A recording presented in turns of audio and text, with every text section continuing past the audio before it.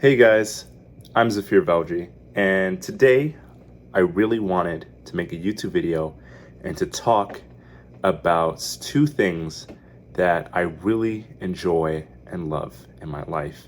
One, business, and two, sports, specifically soccer, and specifically Apple, the company. Now, the reason why I'm talking about it is because it's all over the news. Everybody knows that Lionel Messi has signed for Inter Miami after finishing his contract at PSG.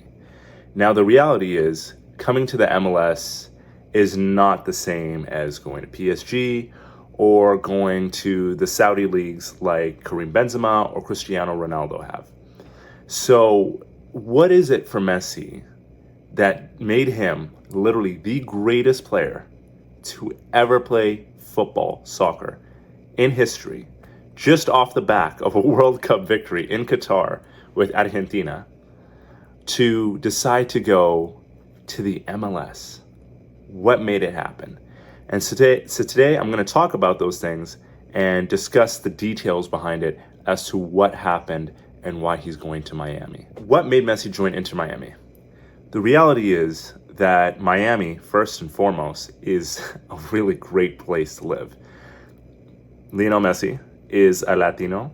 He speaks Spanish. He lived in Barcelona and Argentina for all his life until he went to France, to Paris.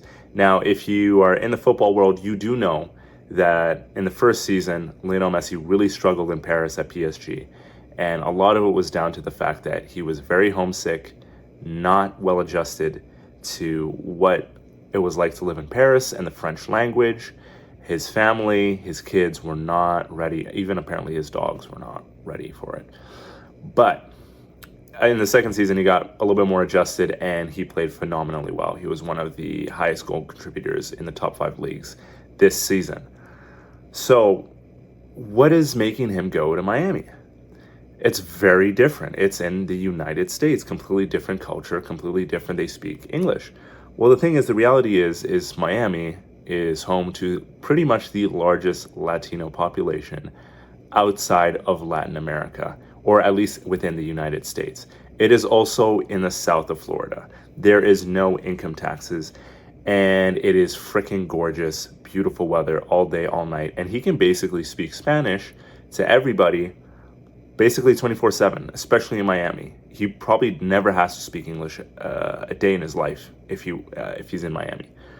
So that's one big positive. For him and his family, it's a lot easier to get accustomed to. He will know other Latinos. Obviously, the Latinos in Miami are not necessarily like Argentinians or people from Spain. They're mostly Cubans and people from the Caribbean region that speak Spanish.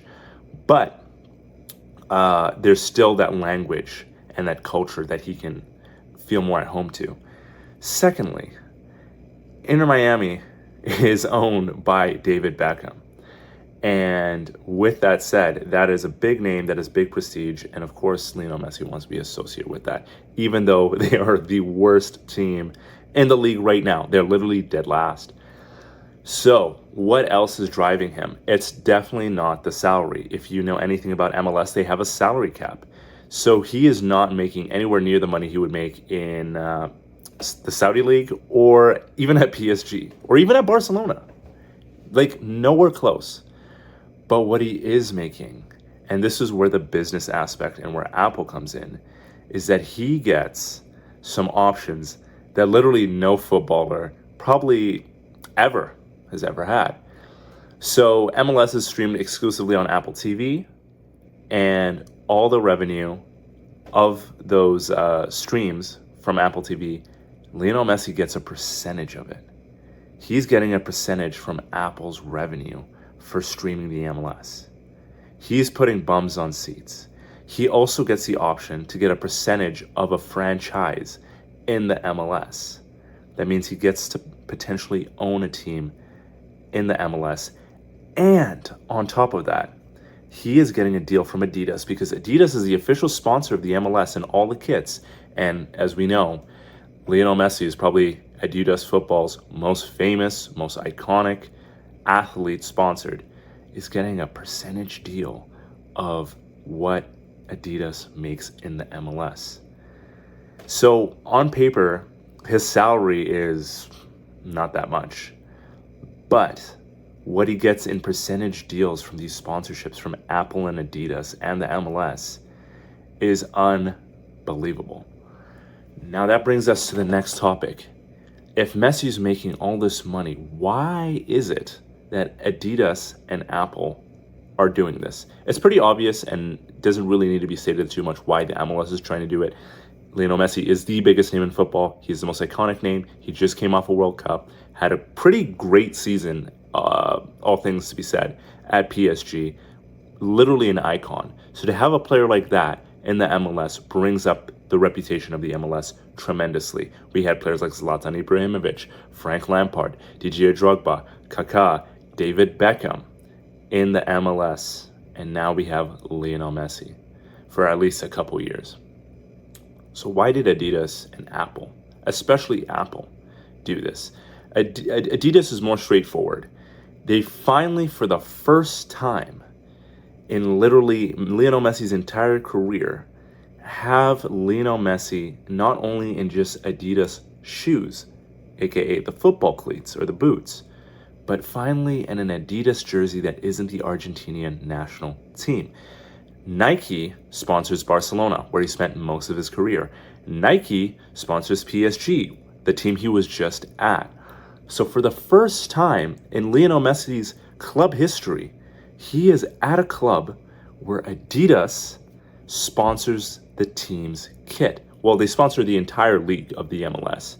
But for this time, they finally had a team with Messi on the jersey that isn't the national team. This is huge revenue for Lionel Messi and also Adidas. Adidas can plaster everywhere in posters of Lionel Messi in their kit, in an Adidas jersey, selling thousands of these shirts with Lionel Messi, their star athlete, in their shirt. And this is super important. They can have photos of him in game in their shirt. Every time he scores a goal, every time he scores a free kick, a penalty, every time he has an amazing assist on the field, when Lionel Messi has an iconic moment, Adidas is right there and the club crest right there. Every time he has an iconic moment on the field, it's associated with Lionel Messi and Adidas. And that's really important.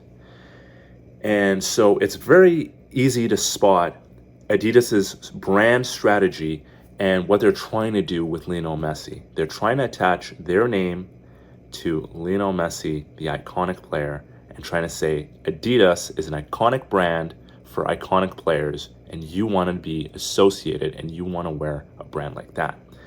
Now, what about Apple? Because that's the mystery. That's the tick in the box. That's the one that's strange. Why Apple? Why is Apple getting invested? Why is Apple getting involved? Apple is a technology company. Apple is a company that sells iPhones, MacBooks, watches. Why are they giving a percentage to Lionel Messi? The reason why is a little bit more interesting, and this is something I really want to talk about. So if any of you people do investing or you're following business, Apple sells products that technically would be quite cyclical. So the products they sell are high-end technology goods that aren't necessarily necessary to live, but they're really nice to have. So when people have a lot of money, they're definitely going to buy new iPhones, new laptops, new desktops, new watches, you name it, they're going to get it. Now, the thing is, you have two major brands in the cell phone technology industry. You have Samsung and the Android, and Apple with their iOS. Now, one strategy that Tim Cook and Apple have been trying to do over the years, and this has been, this goes back all the way to Steve Jobs, is keeping Apple users locked in and getting new ones and keeping them locked in as well. So that's why the iOS system is specific only to Apple. That's why iPhones are very specific in the way they operate. They're basically trying to keep you in. The MacBook Apple Watch, desktop, combo, trying to get you all in on this exclusive system. They're trying to build a moat around their clients, saying, you're going to be in here, stay safe in here. And we're going to make it as hard as possible for you to switch brands, to switch to an Android phone, to switch to an HP, Windows desktop. We're trying to keep you in here. That's the grand strategy of Apple. And they've done this quite successfully. Most people in North America are in the Apple iOS system. And most people have more than one Apple product. Usually, if you have an iPhone, you are going to be more inclined, just by the way the system works and how highly integrated it is, to have a MacBook, to have an iPad, to have an Apple desktop, a Macintosh, to have an Apple Watch. You're much more inclined because of how synchronized and how integrated they are. With that said, the problem is, in cyclical discretionary industries, when the good times come, they are freaking phenomenal. You're going to have a lot of people buying your products because they want to. But good times don't last forever. We have seen this with COVID, the recession, the 2008 financial crisis, the 2010 Eurozone crisis. There are times of cyclicality in markets. So bad times do show up. What do you do in those bad times? Now, for products like Apple or companies like Apple, you end up losing revenue on a quarterly or yearly basis because nobody can afford to buy your products. People don't have money and they're dipping into their savings and they need to save money, so they're much more cost conscious. They're going to hold on buying a brand new iPhone for maybe another year or two. They're going to hold on buying a new desktop because they need to save money. Their job is uncertain and they need to have a rainy day fund. So that is problematic as an investor because you want to see constant growth. You want to see that. And it's good for the stock market. It's good for your stocks, your shares. It's good for investors and shareholders to see very consistent growth and return on capital. So how does Apple solve this?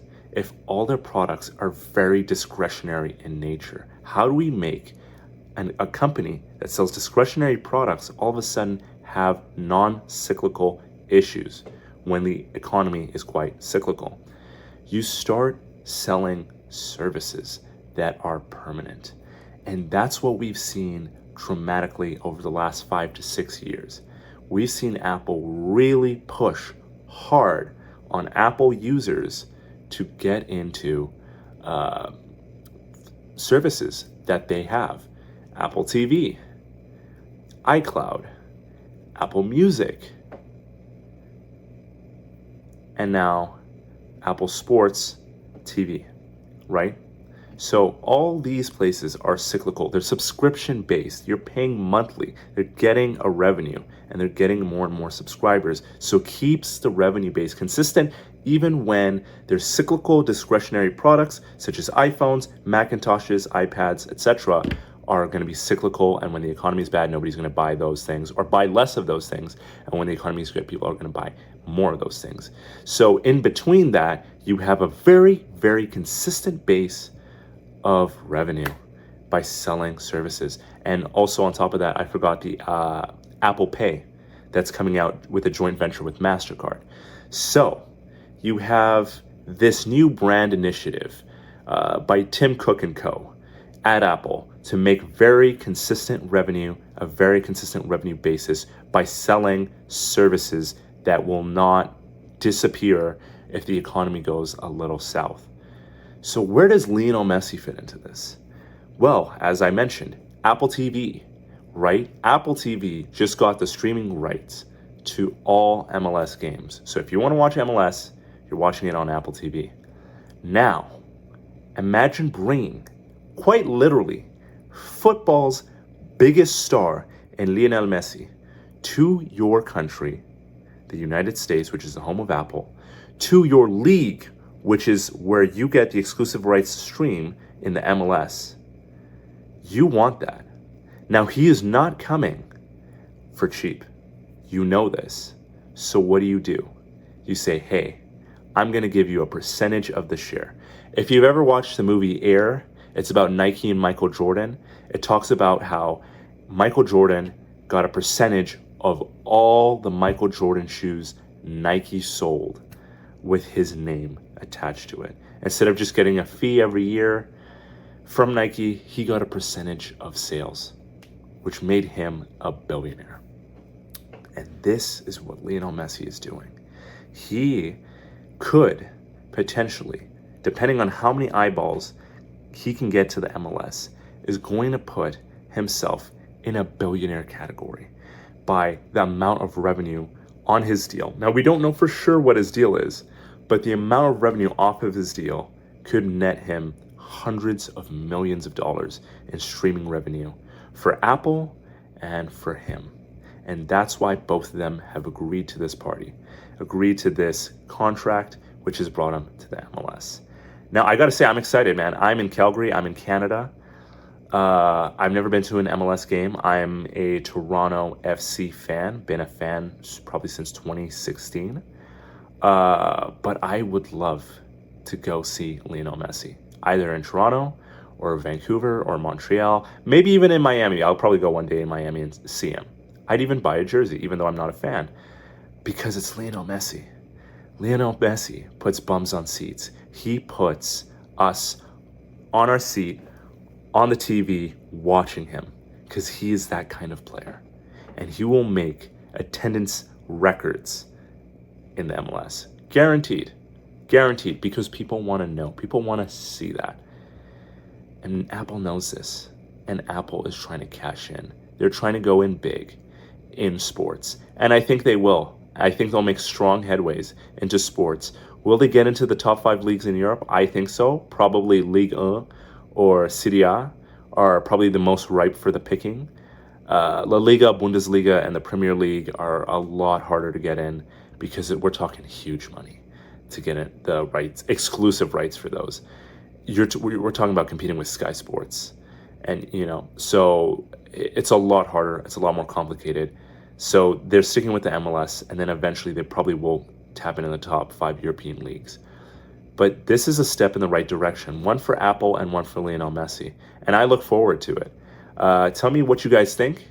Tell me how you guys feel. If you want to have another video from me, please feel free. I would love to do another video. I'll probably do a couple more on this, on some football and some business things, because I think it's super interesting and super fascinating.